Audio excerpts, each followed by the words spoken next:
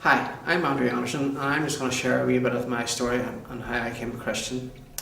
When I was born a long time ago, 20th of March, but not say what year it was, I was born premature, about two and a half weeks, and I was only about 3.5, 4 pounds in weight. The doctors told me that probably I would not survive, but they gave my mum and dad a chance of 50-50. But here I am today and still alive.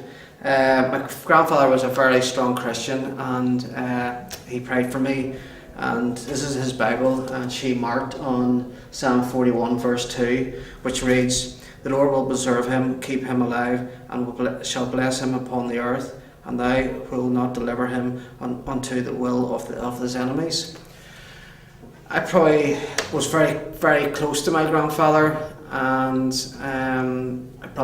I always thought he'd never die.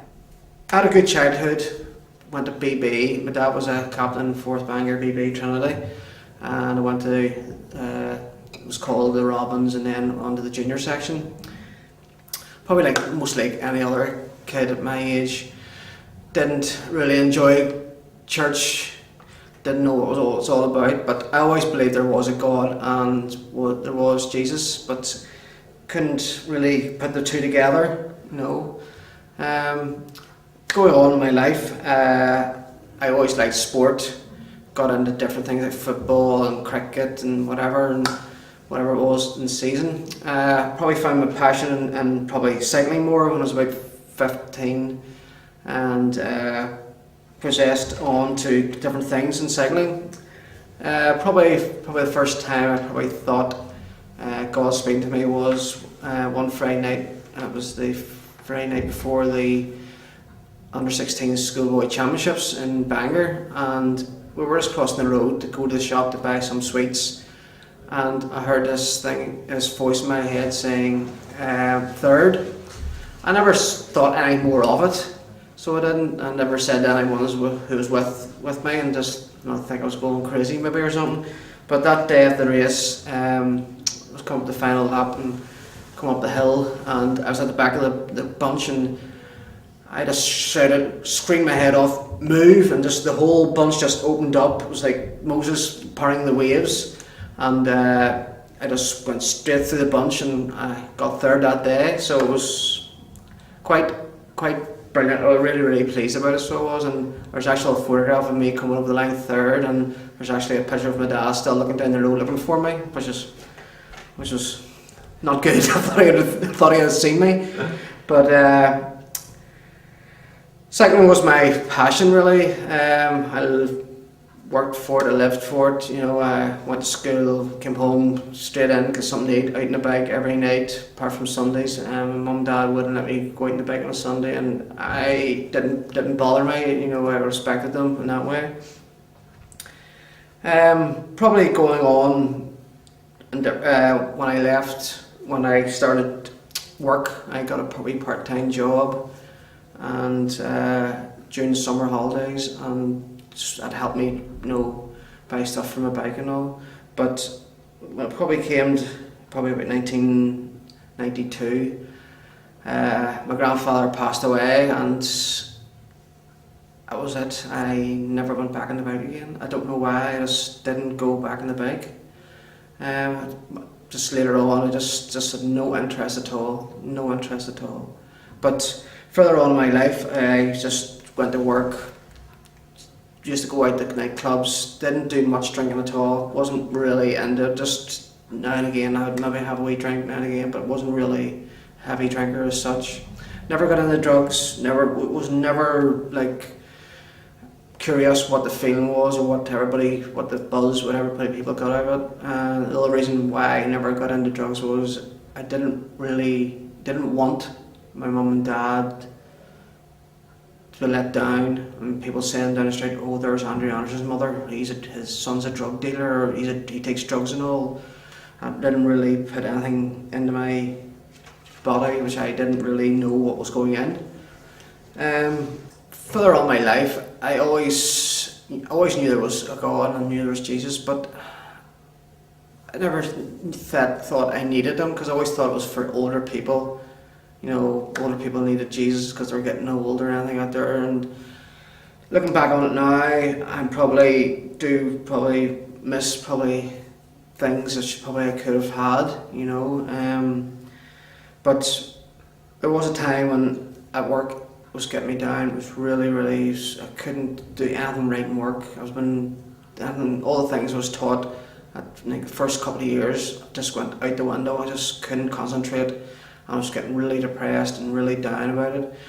My friend Jenny Boyd, she texted me one day and she said to me, I'm doing a wee course called Healing Streams, and I knew she'd done reflexology, so I texted her back and says, is this something to do with reflexology? And she says, no, it's not.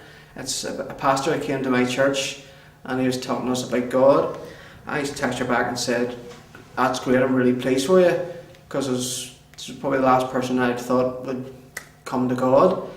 And from that day we started sending text messages to each other back and forth, and then she said to me, have you got a Bible? I says, I've got one of my own dad's, but I think I'd like to get a Bible which would be easily to understand.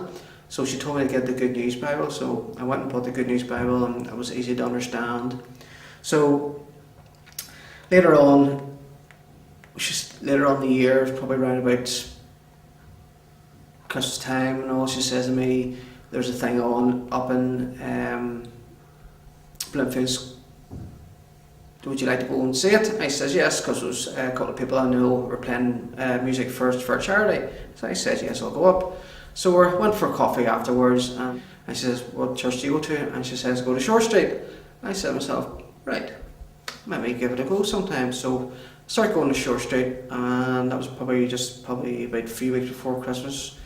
And first night I went there, I thought, this is really good. I really enjoy it. I feel really at home here.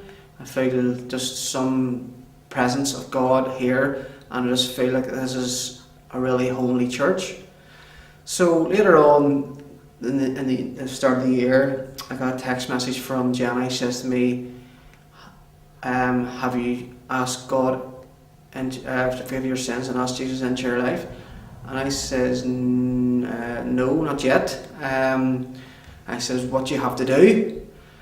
And she says, well, I don't want to do this on my own, and can you give me advice? And I says, well, do you want me to ask my friend Debbie, who's a friend of mine as well? She says yeah. So Debbie texted me and she told me what to do. So she said, right. So I was over in Bloomfield Shopping Centre having a cup of coffee, and Debbie and I were texting, just telling me things, what to say and what to do. So I said, right, I'm going to go and do it. I really am going to do it because I need God in my life. So I said, I'll go and do it when I get home. So I was walking down through the shopping centre, and I said to myself, well, if I wait till I go home, I might have a car accident, I could be killed, and I'll be saved, and I'll go to hell.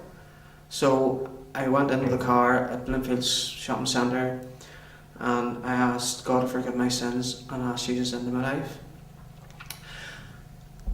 And I didn't feel anything.